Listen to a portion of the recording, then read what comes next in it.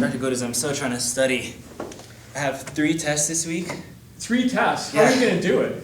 I don't know, I just feel like I'm under a lot of pressure. A lot of pressure? I feel like there's all this force bearing down on me and I'm just a little area, you know, and I don't have a lot of space to think. So does your head feel like compressed? Sure. Yeah?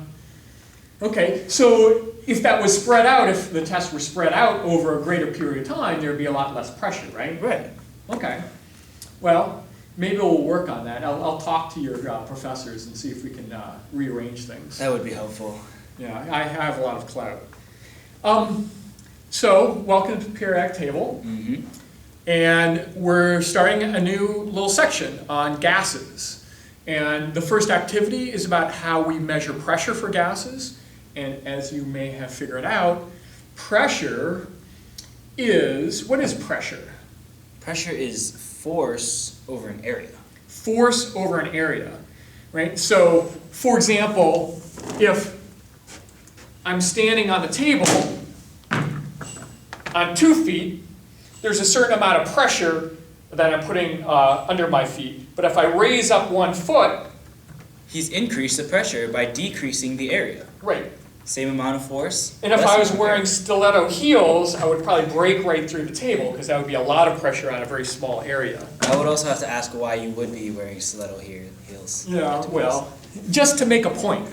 Just to make a point. Ah, I see what you did there. Pointy heel. All right, okay. So there are different units for pressure, atmospheres, Right. torrs named after Torricelli, Italian scientist that studied gases, millimeters of mercury, and so you need to do some conversions with those. Right. The second part is actually perhaps a little more interesting. It's about gas laws. Okay. So what kinds of things can you measure or vary in a gas? Well, there's the pressure, right? Pressure? How much pressure you're exerting on the gas. Okay. There's the volume, how much space the gas is occupying. Okay, There's a number of moles, which it tells you how much particles of the gas there are. okay. And there's also the temperature, so how hot is the gas? Yeah, and those are basically the 4 different parameters that are going to determine how a gas behaves.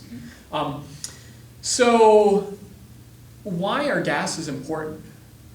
Well, we're touching gases right now. Right, it's everywhere. Everywhere around you, air is a gas. Soda cans are pressurized gases in there, make it all fizzy. Gas laws are important for respiration, right?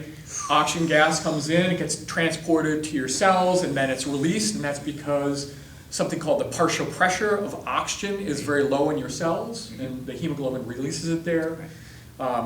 Bike tires, car tires, gasoline engines, combustion engines Right, work because the gas in the chamber heats up and you actually make a lot more moles of gas at the end of the reaction than you start. And so they actually appear all over the place, a really important part of chemistry. All right, well, have fun with your gas tomorrow. And see you in class.